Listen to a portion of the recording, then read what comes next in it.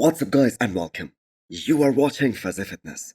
So let's start this video with the last Olympia qualifier of this year, the Big Man Weekend Spain, which is scheduled exactly 2 weeks from today. So we are gonna have a good lineup in that show as well. As of right now, we have 2 Olympians in that show. Akeem Williams, as you guys already know, has already confirmed that he is gonna be doing this upcoming Big Man Weekend, which by the way is gonna be his 6th show of the year. And I have got to say on paper, he should be able to win this show, and that too quite comfortably, because it was just so damn close between him and Rafael Brandao, closer than what we saw in the scorecards. Plus we have to keep in mind, the man is a top 10 Olympian from this past Miss Olympia. So if Akeem brings that same package that we saw from him at this year's Romania Pro, it is gonna be lights out. So Andrea Presti, the 3 times Olympian, who got screwed big time at Prague Pro, he just confirmed that the man is in for this upcoming Big Man Weekend as well. And if he places second here, he is officially gonna be the most unlucky bodybuilder in the entire 2024. And not just in 2024, in quite some time now. Because I cannot remember the last time any open guy who placed second in 4 different shows in one calendar year. Now again, as this have been mentioned so many times, and it cannot be stressed enough, that Presti really needs to do something about his legs, about his lower half, because he is just too damn wide and too good in the upper body, and that creates that disproportion. But when he doesn't have the quads to match up to his upper half, the judges always notice that, and he can always be marked down.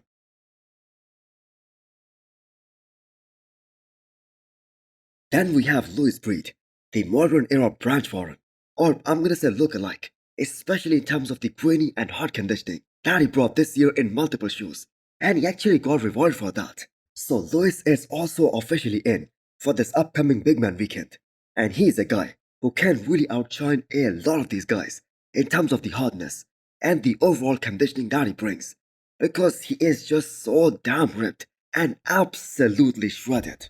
So Matthias, who just became a big star in Prague this year, because not only he got those amazing comparisons with Chris Bumstead, but he also got fourth out of a total of 20 guys that competed in this year's Prague, and it was a good lineup. So it is gonna be interesting to see that can he repeat that same kind of performance at this year's Big Man Weekend the way he did in this year's Prague. Can he peak in 2 different shows back to back? Or maybe bring an even better package at the Big Man Weekend and really shock us all. And lastly, we have Horse MD, aka Marcelo, who by the way did not get the placings that he was looking for in both the shows that he did this year, 4th in Romania and 5th in Prague. But I think we can all admit that Horse MD looked really great at this year's Prague Pro. And just because it was so close between him and Matthias at this year's Prague Pro, where at the prejudging, he was actually beating Matthias, and Matthias pulled ahead at the finals of that show. So I think this is gonna be a good rematch and a good battle one more time at this upcoming Big Man Weekend. So this is gonna be Horsemdi's 3rd show of the year, and we have to keep in mind, this is Horsemdi's 2nd only year competing in the men's open bodybuilding, and Spain is only his 4th show of his entire career. So we expect him to be in the first call out here as well. But do let me know what you guys think. And is even for Akeem Williams, or can a guy like Andrea Presti really challenge him? So almost all of the former Matt Jensen's clients who were big names in the pro ranks, especially in the men's open, they have all announced a new coach. So only one guy is left, Justin Shier, the winner of 2023 Chicago Pro. I sure that was his pro debut, and he also qualified for the Olympia that year by winning Chicago Pro. So here is Justin's take on his new coach. All right, this one looks like a popular question. I've already got it about a dozen times, so I'll just get this one out of the way. No coach right now. I am just coaching myself. After the first of the year, I'll be looking at a show and I will lock down in a prep with someone to help me in my corner. But for now, riding solo. So Justin rated Matt Jensen very, very high. In fact, he attributes a lot of his success in the men's open bodybuilding to Matt Jensen. Now, I have got to say only a few bodybuilders in the history of the sport, they can actually make this claim, that they went on to win their pro debut And Justin Shier is also one of those guys. And I am really looking forward to his return to the stage sometime next year. Because this has been a long time coming. So he needed a long off season to really put on some solid muscle and really grow and get bigger in certain areas. And I have got to say that he did. The last show that Justin did, that was the Olympia last year. Now that show did not go his way. And maybe that was a good thing. It was a blessing in disguise that Justin Shier realized so early in his career that in order for him to move up the ranks at the Olympia level, he needs a bigger back, he needs a more wider back, and he needs overall more muscle on his frame. And that is why he made this tough call right after the Olympia last year that he won't be competing in the entire 2024. Now Justin has one of the most aesthetically pleasing physiques in the men's open bodybuilding. Ideal proportions, especially from the front. And there has been a lot of effort in terms of the back progression as well throughout the last couple of years. And Justin doesn't intend to compete in the first phase of the year. So it will be a drastically improved and different physique of Justin the next time he steps on stage. And I for one cannot wait to see this new package whenever he comes back. And I am pretty sure that he is going to be on the Olympia stage next year. Well, it's another one I've got about a dozen times, so I don't know. It will be 2025, and the plan is summer. So June to August, somewhere in there, there's a handful of shows. You will see me in one of them. Jamie Christian, aka The Giant, who I believe is the tallest men's open pro, spitting some hard facts in one of his recent posts. I mean, you read that caption and compare the picture of him while he was competing to his current physique, and then you realize what it takes to be the best in this business. And we have to keep in mind, he wasn't a pro who was winning shows. In fact, he did not win any pro show during his entire career. Even that one time when he worked with Milos Sarcev and he presented his biggest package on the stage. So that just goes to show you that placing top 6 at the Olympia, that is a whole different ball game. So there are so many pros out there who go through their entire career trying to win just one pro show, trying to get to the Olympia stage just one time. And I think it is so great that Jamie decided to retire from competitive bodybuilding because for his height, for his frame, the judges asked him to bring more size to be more competitive. And we all know how that could have impacted his health, considering how big of a frame he had. Now Jamie still looks very good, even though he is downsized, especially in the last couple of years.